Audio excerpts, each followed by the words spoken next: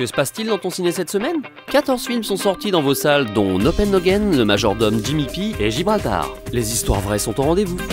Et on commence avec Noppenhagen, le nouveau film de Michael Bay. Le film suit Mark Wahlberg, Dwayne Johnson et Anthony Mackie dans leur quête d'une vie meilleure et d'un compte en banque mieux rempli. Dans Le Majordome, Forest Whitaker et Cecil Gaines. Au cœur de l'histoire des États-Unis, ce majordome sera le témoin privilégié de cette présidence entre ségrégation, scandale et jeux politiques. Jimmy P retrace l'amitié improbable d'un Amérindien marqué par son passage dans la Seconde Guerre mondiale et un psychanalyste français venu pour l'aider à faire face à ses problèmes. Si le film est en anglais, c'est pourtant une réalisation d'Arnaud Desplechin.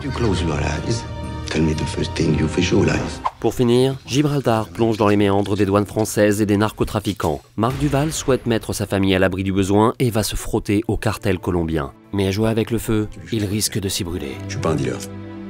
J'ai besoin de cet argent. Le choix de la roulette? Le majordome passe sur le grill. Extrait. Girl, you must be so proud of Cecil. You know he got that job himself.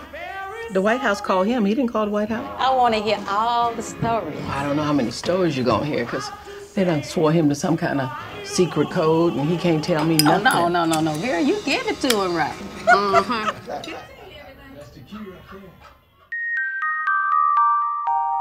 Extraordinaire. Merveilleux. Humain. Émouvant. Touchant. Je suis encore ému. Intéressant, historique. Politique. On découvre les présidents autrement en fait. Représentatif et revendicatif. Il y avait quand même des moments drôles, il y avait des moments tristes. Ouais. L'acteur est formidable, il laisse bien transparaître son vécu. Je trouve qu'il y a un bon jeu d'acteur, mais c'est inégal. C'est vraiment un beau film. Très réussi. Très beau film. Et divertissant en même temps. C'est un très bon film qui fait réfléchir. Le bon cinéma américain, quoi. Il est fort. Et c'est ça, la force de ce film, c'est ça, quoi. Pour tous les publics, que ce soit les personnes d'un âge plus mûr ou même pour des jeunes. Ah ouais. C'est toujours intéressant et puis c'est pas barbant comme histoire dans tous les cas. Je suis pas sûre qu'il y ait un public précis. Là dans la salle il y avait plutôt des gens d'une cinquantaine d'années, mais il y avait aussi pas mal de jeunes et je pense que c'est accessible à tout le monde.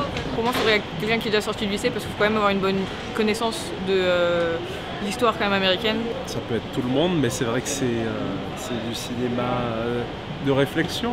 Le conseil à la droite et à la gauche, mais pas à l'extrême droite. Ça... Je pense que c'est un film public. Il est important de connaître l'histoire. Ah, j'espère à tout le monde. Je pense que tout le monde devrait aller le voir. Kennedy. Reagan. Eisenhower. Kennedy. Johnson. Nixon. Reagan. Nixon, Reagan. Eisenhower qu'on a vu au début. Il y a eu Carter. Ford. Johnson aussi. Reagan. Kennedy. Nixon. Johnson. Kennedy, oui. Kennedy. Eisenhower. Oh, celui qui était acteur. Reagan. Carter. Nixon. Kennedy. Reagan. Carter. Reagan. Eisenhower. Et ils n'ont pas mis Carter à l'écran. Et puis Obama à la fin. Ah, j'en oublie, je suis un peu... Mon âge. La honte. Mais il était super. C'est à voir, c'est à revoir aussi. C'est rare des moments pareils de cinéma. Retrouvez des mercredis Riddick, Le Monde doit m'arriver, Les Miller, Une famille en herbe et Ma vie avec Liberace. À la semaine prochaine et bon ciné.